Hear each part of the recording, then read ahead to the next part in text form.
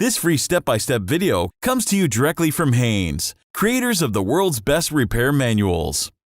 Fix your car or truck the right way with our accurate and reliable information at your side. You can complete more than 200 jobs on this vehicle when you purchase the complete online manual at Haynes.com.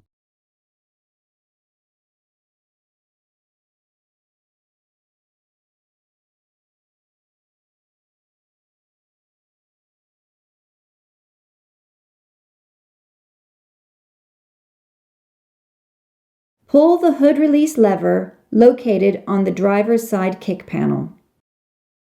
Slide the hood safety latch, then raise the hood upwards. Chock the front wheels to prevent the vehicle from rolling. Loosen the lug nut protective cover nuts, then remove the cover.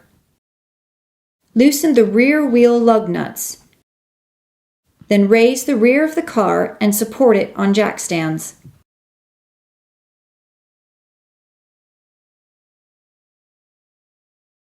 Remove the rear wheels.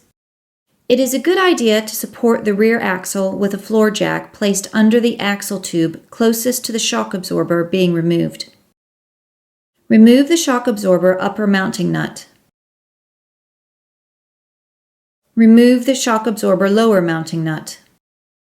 Noting the direction in which both upper and lower mounting bolts are pointing, slide out the bolts.